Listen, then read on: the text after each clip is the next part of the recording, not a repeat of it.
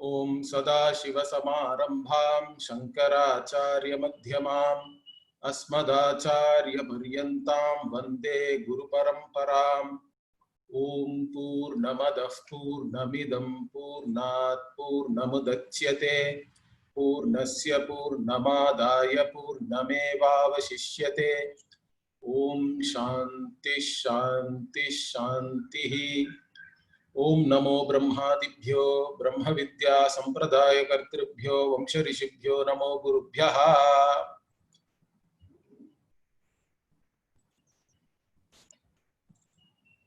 So we were looking at the 10th Vakya in the 4th Brahmana of the first chapter, and we were looking at the section where Aham Brahmasmi, this Mahavakya is there. So the discussion was, who is this Brahman who was there in the beginning and who knew himself as Aham Brahmasmi, as I am Brahman in that manner, and then became everything. So there is a huge discussion going on. The Purva Pakshi is claiming that Brahman is a Manushya who is not Brahman, in reality who is different from Brahman and who wants to become Brahman. Bhashyakara showed that explanation is actually against whatever Shruti is revealing, and it is also against logic. It is illogical, and it is also not what really Shruti is revealing, whatever the Veda is revealing. And then finally we came to the actual Vakyartha. Bhashyakara was explaining that. Up to that we came last week, this portion. Tasmat, therefore, finally he is now summarizing and giving the meaning of the actual Vakya. Yat pravishtam srashtu Brahma, the Brahman who is the creator of this entire universe, who is Jagat Karanam, who is the cause of this entire universe and who entered this world. Okay. And Vai Shabdaha Avadharanartha means the same Brahman, okay, for ascertaining, for giving an emphasis there, this Vai is there, and who is available in this Sharira as this Jiva, as this individual. Idam Sharirastam Yat Grihyate. Agre, before or in the beginning, means what? Prak Pratibodha. Agre means in the beginning, before this knowledge. That means that Brahman who entered is the ignorant individual who is not aware of his own or her own reality, the real nature of oneself. So before knowing that real nature, okay, Brahma eva asit, even whether you know it or not, you are Brahman only. Okay. So that is why the teaching is not you will become something. This is a very important point. The Mahavakya is a statement of identity. It is an equation. And that equation is applicable right now. Understand that. Nothing needs to change except your understanding. It's not that the teaching is not you will become Brahman. It is you are Brahman. Are you able to own it up or not? That's a different question. Are you understanding that completely with clarity and you are able to assimilate it? Maybe not. But still, you are Brahman. You are Brahman is the teaching. You don't have to do some Shirasasana to understand this. Correct? It is purely a question of understanding. You don't have to do anything other than understanding. That is why Vedanta is not some theory which you have to go and practice later on. Understand this. This is a very important point. Vedanta is a means of knowledge, and it is revealing to you your true nature as you are right now. and you don't have to do anything else other than understanding whatever it is revealing to you. You have to understand whatever Vedanta is revealing about yourself as it is. That's all is required. So in the beginning, the same Brahman as individual did not know the fact that it is everything. Therefore what? Because it did not know, apratibodhat aham abrahmasmi asarvancha iti atmani adhyaropat, there is a superimposition. So if you do not know, then you superimpose wrong notions. So where there is ignorance, there is also a projection of wrong notions. So I am not Brahman, that means I am limited and I am not everything, like that. There is a superimposition on oneself. And if you are limited, immediately then you become a wanting person. You have lack. You lack things. In your own vision, you lack many things. Therefore, you think that by doing something and gaining the results of that action, that want will go away, that lack will be satisfied. Correct? It will go away. But it is never going to happen. That is the tragedy of a life of becoming. Because you think that by becoming something, you will become acceptable to yourself. That is never going to happen. Because whatever you may become, how much ever you may accomplish, the limited being is still the same limited being. In your own vision, if you are limited, then you are the same individual only. Okay? You may be a limited individual with a bloated ego, or you may be a limited individual with some other ego, but you are still a limited individual. That doesn't change. Until the fact that you are looking at yourself as I am a limited being, that is a fact for you. Until that time, there is no solution, in fact. Then the only solution is what? Again, you cannot become limitless also. Understand that. So that's not a solution. Infinity cannot be achieved by adding finite things. By adding limited things, you cannot become limitless. So the only option is what? You are already the limitless. That is the teaching, in fact. So you are the limitless. You are already Brahman. Is the teaching. Whether you are able to accept that or not, that you have to work out with your own guru, correct? If you are not able to accept it, what is your problem? You have to address that. You have to have a discussion. Like Arjuna had with Bhagavan, 18 chapters it went on. At least 17 we have to say, because first chapter was Arjuna was just lamenting. There is no teaching in that. So real Bhagavad Gita starts only from second chapter, 11th verse onwards. So that means around 50 verses Arjuna was just going on and on.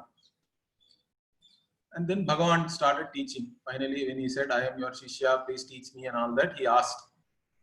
And then also he asked many different questions. Okay, he kept on asking. Then finally he said, Nashto mohaha smritir labdha and all that. Okay, so my delusion is gone. I have gained this jnanam, like that, and then he became ready to fight. But even there, the beauty of our teaching is what? Bhagavan did not force him or anything. Even Krishna said that in the light of my teaching, whatever you think is correct, you do that. Yatechasi tatha kuru. Like that Krishna said in the end, even in the 18th chapter, if you go and see, it will be there like that. So, a guru can only teach you. Then you have to see whatever the guru is revealing about yourself. In the light of that, you have to transform yourself. That is up to you. Whatever vision the guru is having, that the guru is communicating. And you have to see yourself in that same light. So that teaching is what? You are already as you are. You don't have to become anything else. As you are limitless, you do not lack anything, you are a complete being. That is the teaching. But if you do not understand that, then obviously your vision will be, I am a limited, lacking, wanting individual. I am subjected to sukha dukha, happiness and sorrow, all that. But in reality, you are Brahman who does not have any of these things, in fact. Okay. The very fact that you know you are happy means that you are not happy. Because the knower of happiness is not happy or cannot be happy. Correct? Similarly, the very fact that you know you are sorrowful means you are the knower of sorrow. You are not sorrow. Understand that. So, you are always the knower of things. You are the conscious being. That's what you have to understand. And that conscious being is the basis for this entire creation. That conscious being is limitless. That only Shruti has to reveal. That is what the Shruti is telling you about yourself. And that's what the Acharya also is saying. So even here Bhashyakara says, so Brahman alone thinks that Aham Karta, Kriyavan, Phalanancha Bhokta, Sukhi Dukhi, Samsari iti. But then what? Katanchit Acharyena Dayaluna. Some compassionate Acharya then comes and teaches, hey, you are not a samsari, you are not an individual. Nasi samsari iti. So the Acharya comes and tells you that you are not a samsari, you are not a becoming person, you are not a limited being. And hearing that word, Atmanam eva avet swabhavikam. So Brahman knows its natural self. Okay. In reality, your own nature you know. And as what? Avidya adhyaropita vishesha varjitam. So you are without all the superimpositions due to avidya, due to ignorance. So due to ignorance, you have superimposed on yourself that I am a limited individual. I am the one who is enjoying. I am the doer. I am the enjoyer. All these things are only superimpositions. All the notions about yourself with reference to your body, mind, sense complex are all wrong notions. They are all only superimpositions born out of ignorance about your own true nature. Those things have to go away. That's what goes away with the teaching of the Guru. And this eva shabdasya arthaha, that is the meaning of eva. Okay, so in the original vakya, it is there, correct? Atmanam eva avet means what? Why that eva is there? Knew only the self. Means leaving out all the superimpositions, one knows only the true nature of the self. Is that clear? That's why that eva kara is very important. So Bhashyakara says, eva shabdasya arthaha is what? Avidya adhyaropita vishesha varjitam iti eva shabdasya arthaha. So Atmanam eva avet, when you say that eva shabda, what is the meaning of that? That you know only yourself without any of the wrong notions associated with that. All that is because of superimposition. Okay. So all those superimpositions are gone. Then now the beautiful part of the Bhashya comes. Okay, very interesting. So now you can take it as a Purva Pakshi or even an interesting, whatever, a student who still does not understand. So student is asking, you can say, Bruhi ko asau atma swabhavikaha yam atmanam viditavat brahma. So now this person is asking, why don't you tell me what is this atma? The swabhavikaha atma. The atma who has this nature, correct? Knowing which this Brahman became everything, correct? This Brahman knew this atma, the true nature of this atma, correct? Swabhavikaha atma. So who is that or what is that? Kaha swabhavikaha atma. Which nature of atma this Brahman knew. Then Bhashyakara first answers little flippantly, I think. He says, Nanu na smarasi atmanam. He says, don't you even know your own self?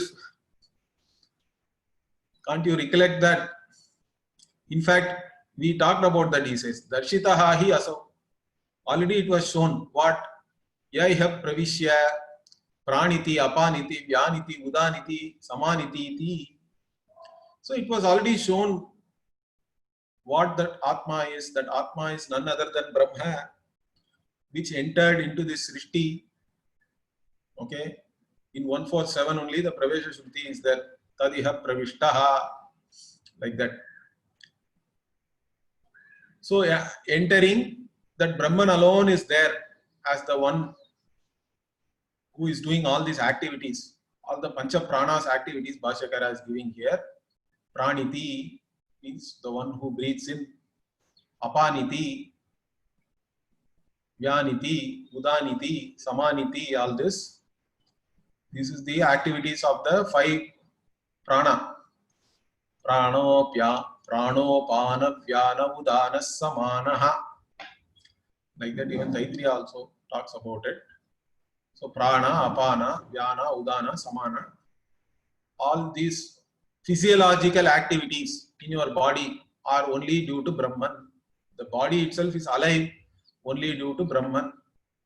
So that Brahman which entered and because of which your body is physiologically active, alive.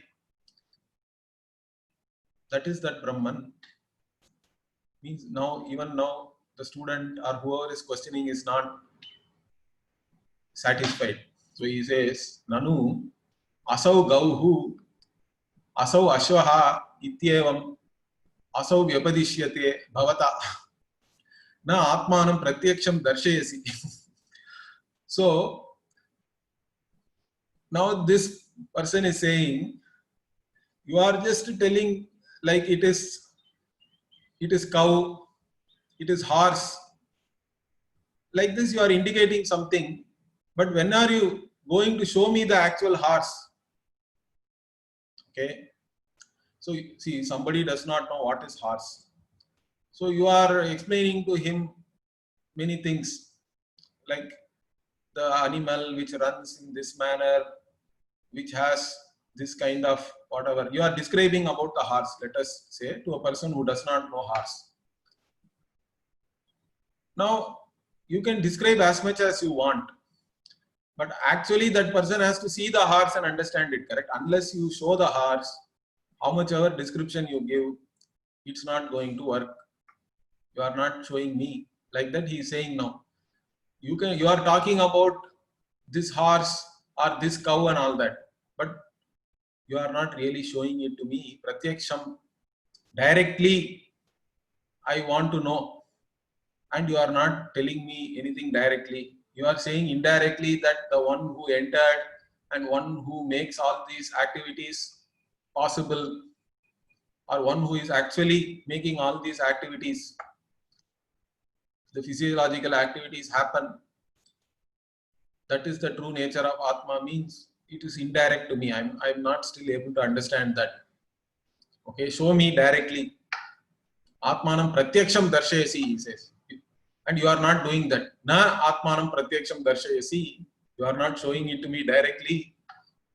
You are just describing something like this is horse, this is cow, to a person who has not seen it.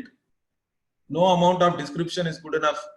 Take me and show what it is directly. Okay. So now what Bhashyakara says. Okay, if that is so, evam tarhi drashta, shrota, manta, vijnata, sa atmeti. So that Atma, the self, is the one who is seeing, who is hearing, who is thinking, who is knowing. All this is the self. Okay. Now this answer also is not good enough. But Bhashyakara is leading one by one beautifully. So first he showed that all the physiological activities, prana, but only with reference to the action, if you say, it's not good enough. then he is talking about all the mental activities also now. With reference to that, whoever is responsible or in whose presence all these things are happening, that conscious being only Bhashyakara is trying to reveal here also. But still it is not very clear to the person, to the student or whoever is asking. So now he is saying, Nanu atrapi darshanadi kriya kartuhu swarupam na pratyaksham darshayasi. So he is saying, even now you are not telling me what is the true nature of the person who is doing all this darshanadi kriya, correct? The person who is doing the seeing or hearing. You are saying the one who is hearing is the self, one who is seeing is the self, one who is thinking is the self. But what is the nature of that person who is thinking or doing or seeing? You are not telling me that. Okay? Darshanadi kriya kartuhu swarupam na pratyaksham darshayasi. You are not showing his real nature, the swarupa. That you show me directly. That you are not showing me. In fact, he becomes a little annoyed, I think. So he now says, Nahi gamihi eva gantuhu swarupam. He says, somebody is walking, let us say. But that action of walking is not the nature of the walker, correct? At that time, somebody may be walking or moving. That movement itself is not that person's nature.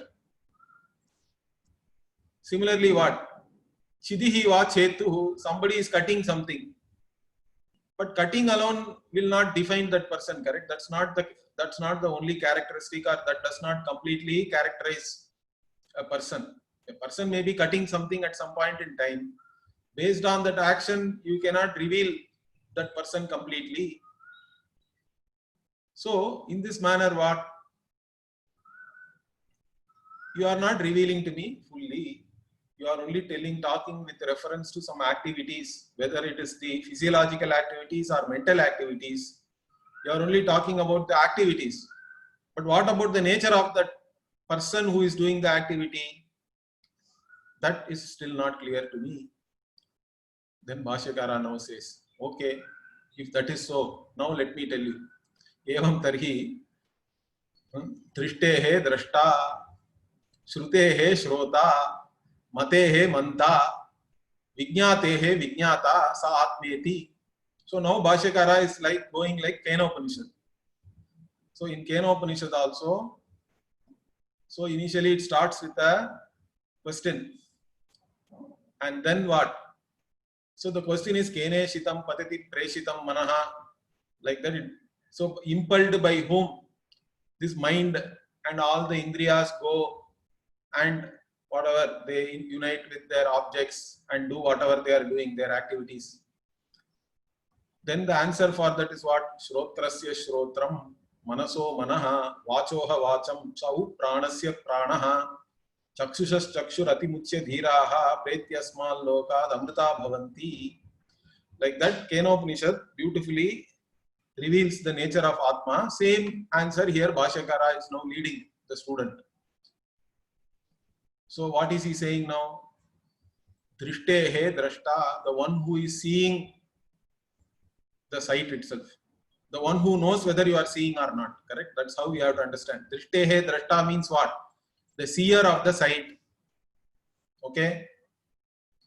Shrute shrota, the knower of hearing or the hearer of the hearing.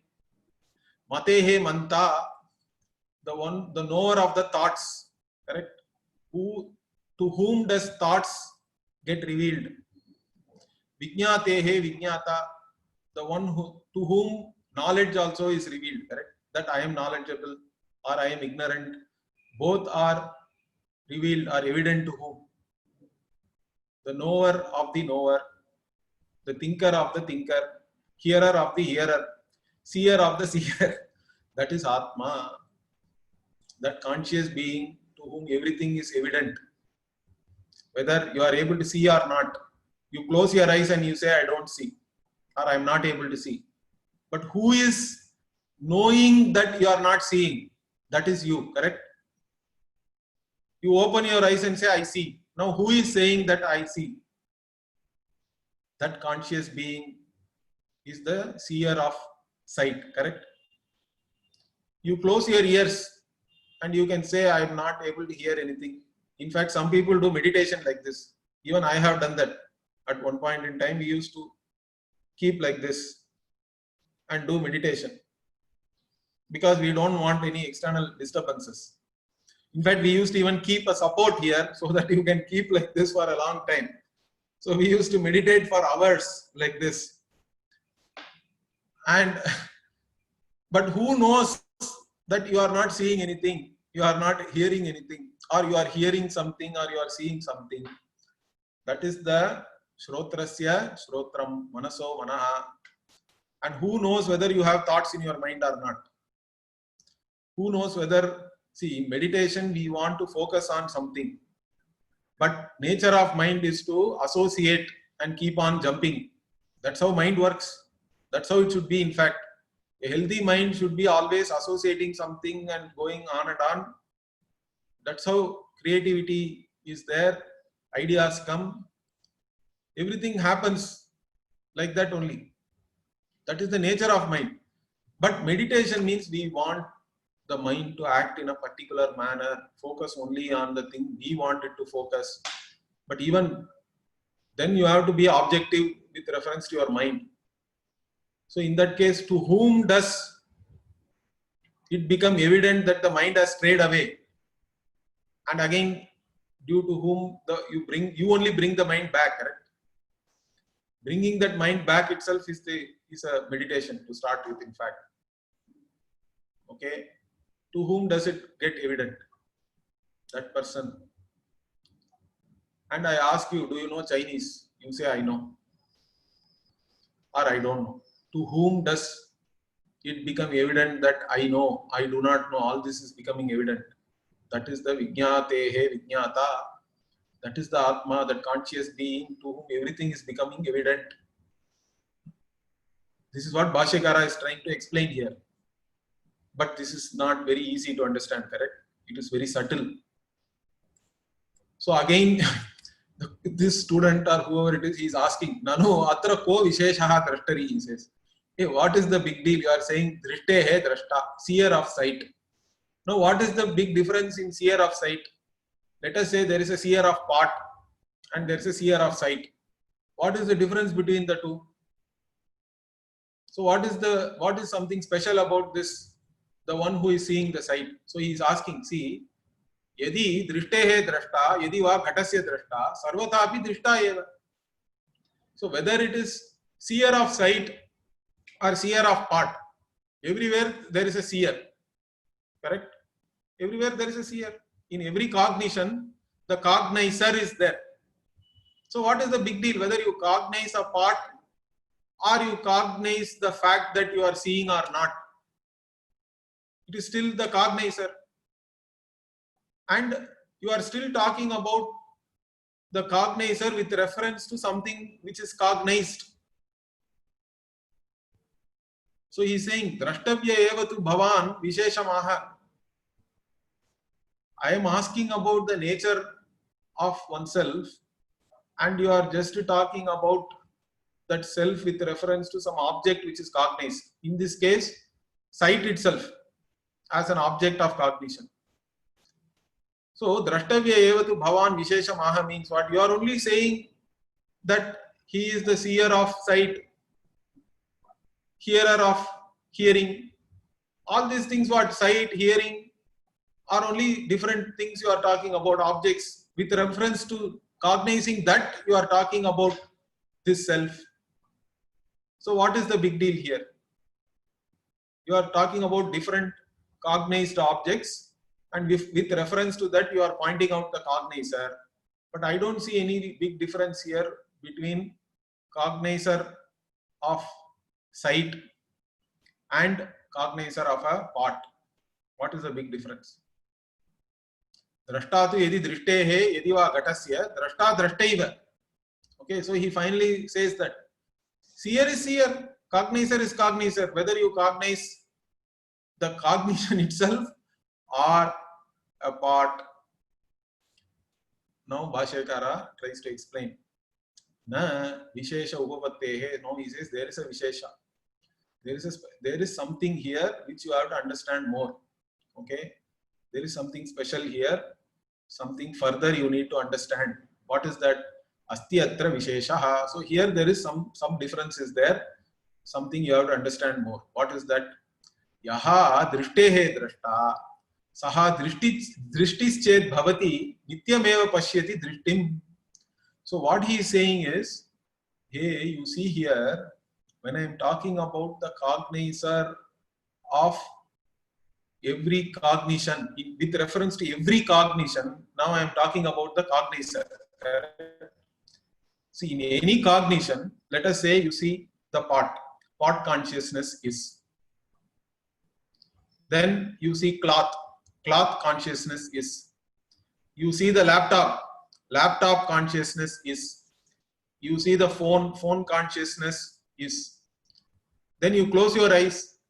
Now you say that I am not seeing anything. So you are now conscious of not seeing. You open your eyes, sight consciousness is. You close your eyes, no sight consciousness is. You close your ears, no hearing consciousness is. You open your ears, hearing consciousness is. Now what is the invariable in all these things? Consciousness is the invariable. All other things are coming and going. The cognized objects can come and go. The consciousness is constant. It is invariable.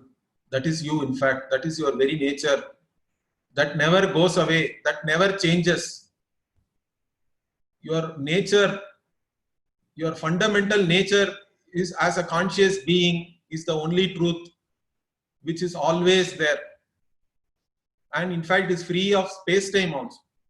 Even when there is no space-time in deep sleep, consciousness is. That's why you are able to get up and say, I had a good sleep. Correct? And it can even be it can cognize even totally new space-time in dream. So as a conscious being, we all transcend space-time. That is part of everybody's experience. In fact, it's nothing new. That's why I am telling you, experience is not a problem. Understand that. You don't have to wait for some special experience to understand yourself. Atma is always available. In fact, it's the only thing which is always available and which can be taught completely, because it is partless whole. Anything in this objective world you can never know completely, because you can further break it down, and also the more you know, the more you don't know, in fact. So specialists are all only knowing more and more about less and less, and still they do not know everything. At some point in time, you can keep on asking why. At some point you stop, you don't know why. Further why, you don't have any answer. But Atma is not like that, because it's a partless whole. It can be revealed to you completely as you are. It is the only thing you can know completely, and it is always available also. You don't have to go anywhere. It is available to you always. So experience is not an issue. Knowledge is the issue. You should know about yourself clearly, that I am this conscious being to whom everything is evident. Correct? All other things are only superimpositions. They are all wrong notions about yourself. Those things have to be gotten rid of, in fact. So, nityameva pashyasi. So, he says, yaha drishtehe drashta. The seer of the sight is there, correct? Saha drishtisched bhavati. Correct? That seer of sight itself is the consciousness, correct? That drishtihi has to be nityam, because it is always there. That the cognizer, the cognition of the cognizer, the ability to cognize, correct? That consciousness of that cognizer is always there. It is eternal, because it's the invariable in each and every cognition. In each and every cognition, in fact, we are so tuned.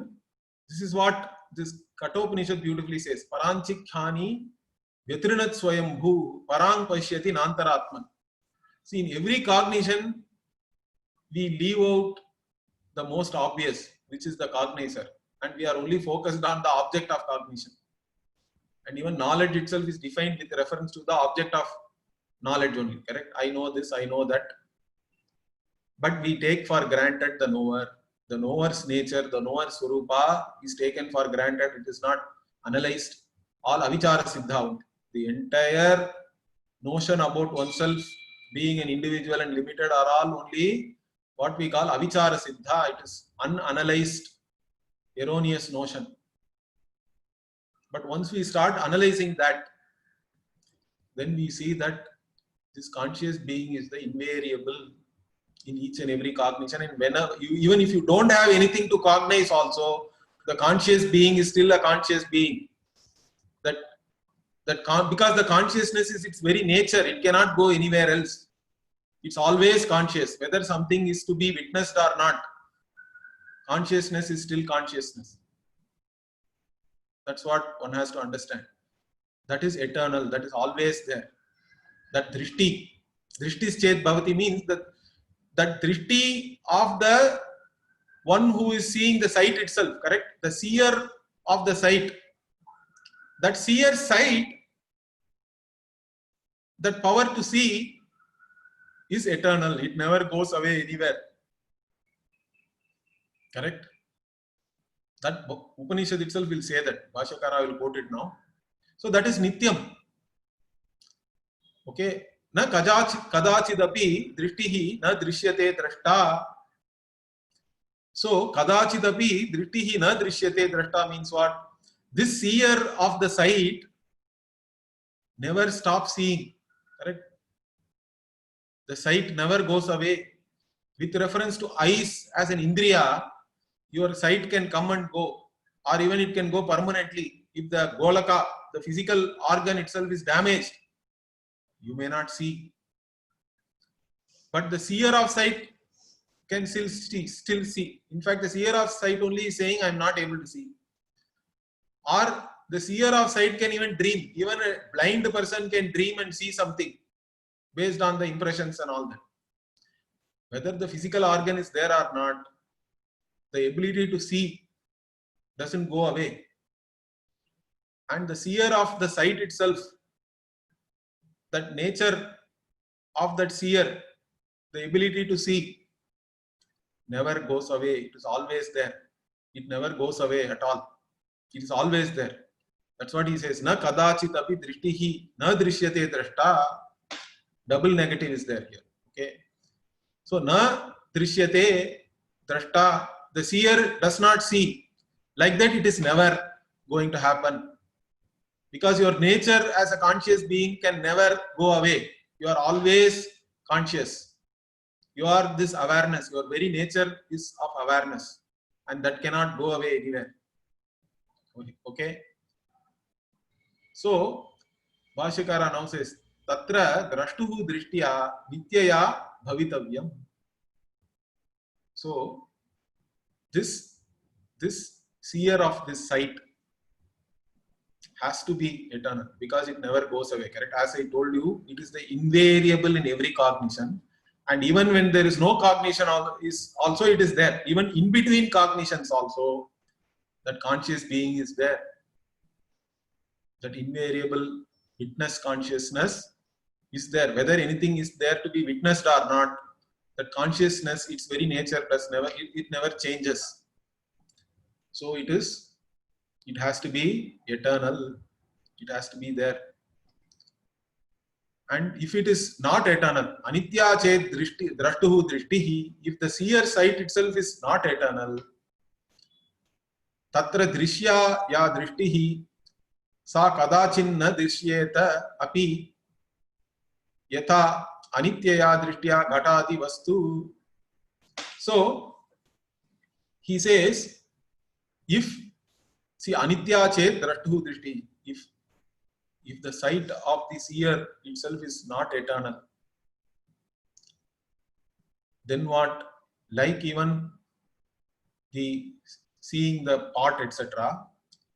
Sometimes you may not see them. You have to say that I do not know. or you have to totally blank out, I think. I don't know how to even say that. So, tatra drishya ya drishtihi sa kadachin na drishyeta, he says. In that case, what? You can either see at some time or you may not see something. So, there will be a time when you do not see something. That is true in the case of actual external sight of the external objects. You see them sometime when you have sight, or when darkness is there, you are not able to see, or when you close your eyes, you are not able to see. Sometimes you see, sometimes you don't see. But in the case of the seer of the sight, it is never like that. It is not that sometimes you see, sometimes you don't see. For the seer of the sight, that conscious being is always, that ability to see is always there.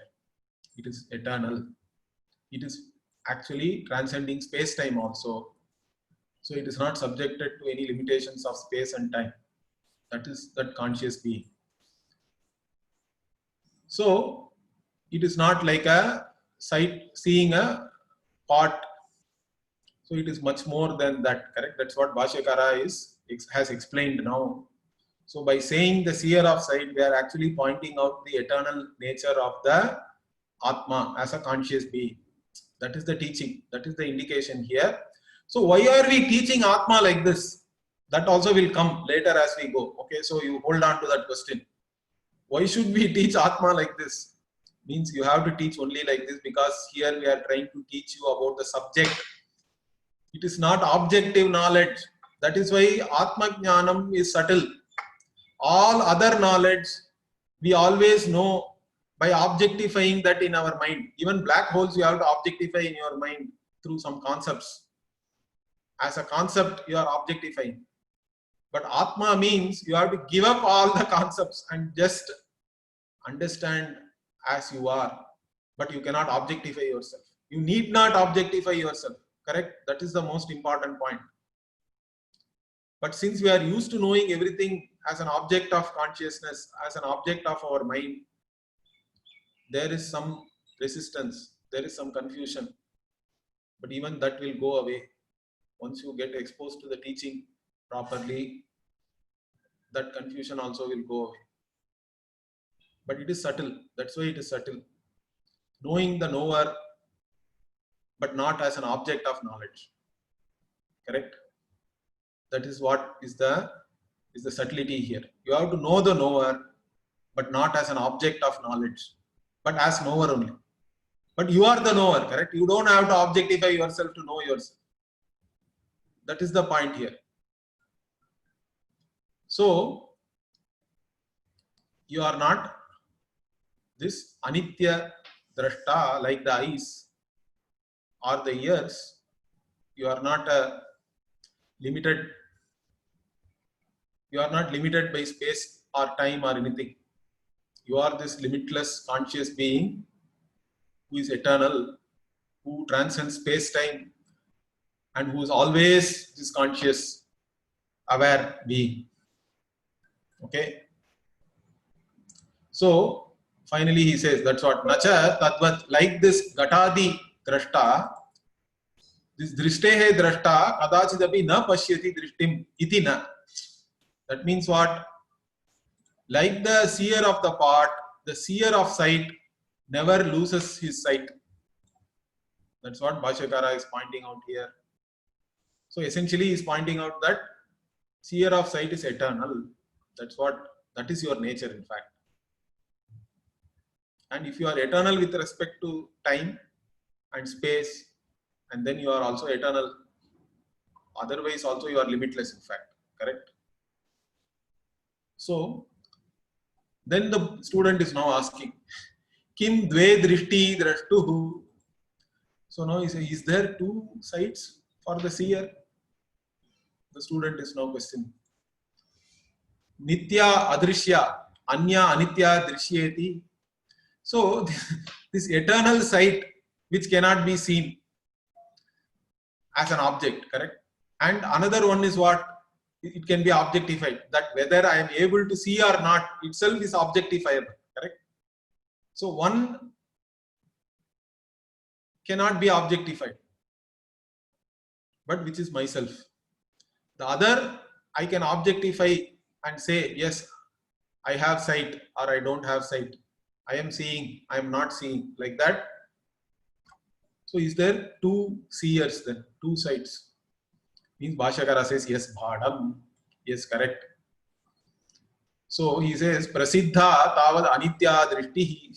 So what is prasiddha? What is popularly known, familiarly known, generally known is what? Anitya drishtihi. Sight means we only think about sight with reference to eyes.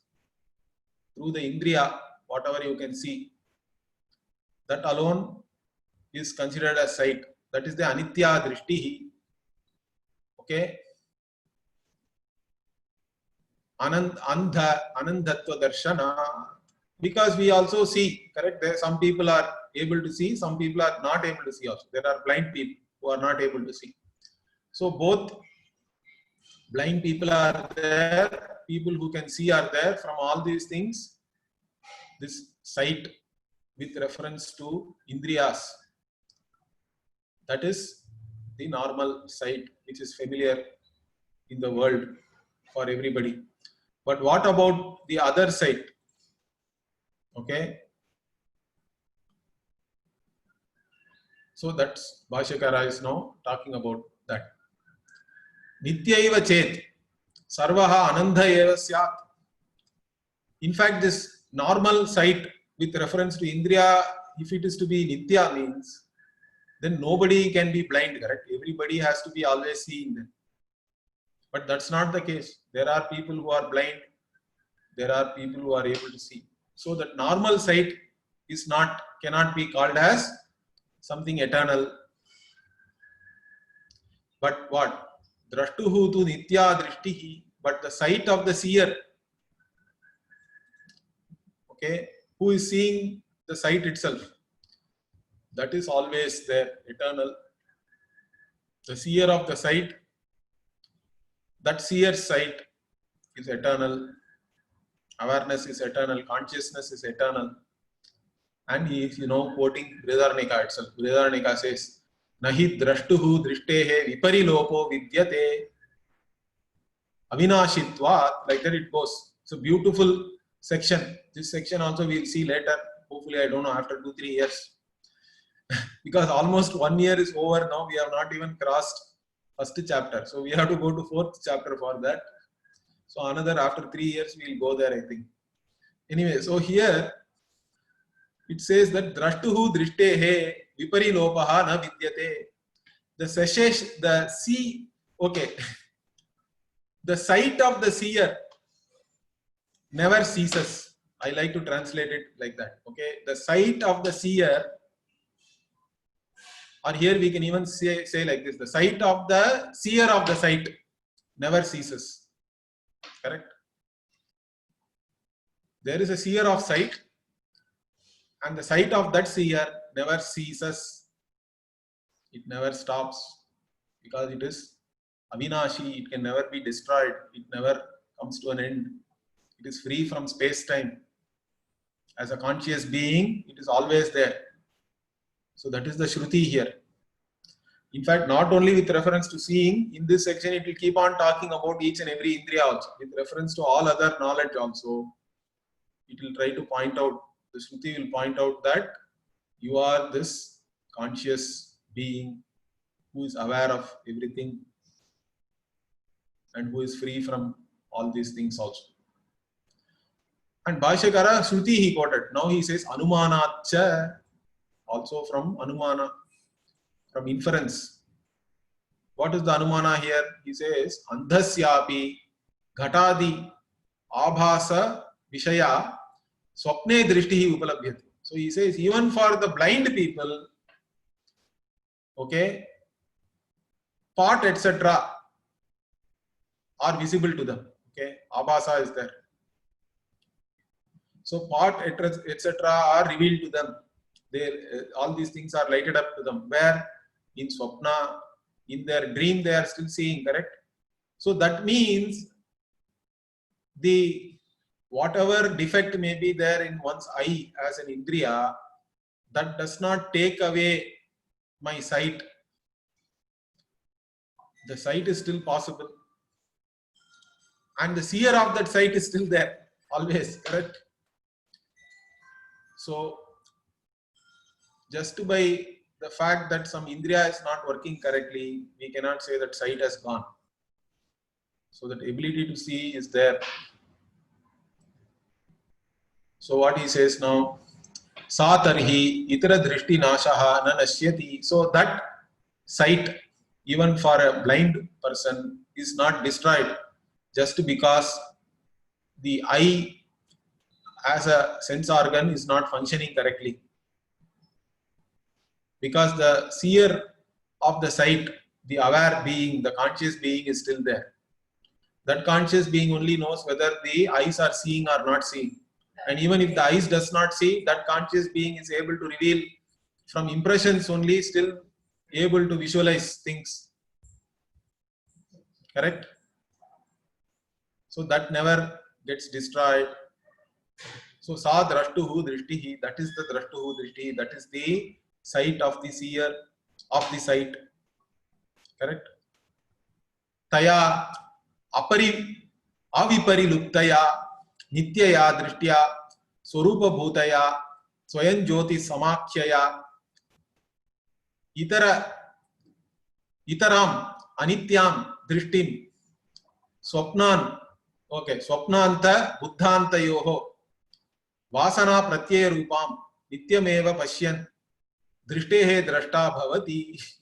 So here Bhashyakara beautifully summarizes here. So he says, by that drashtuhu drishti, okay, by understanding that only. So what is that? Avipari luktaya means what? That which never ceases, that which never stops.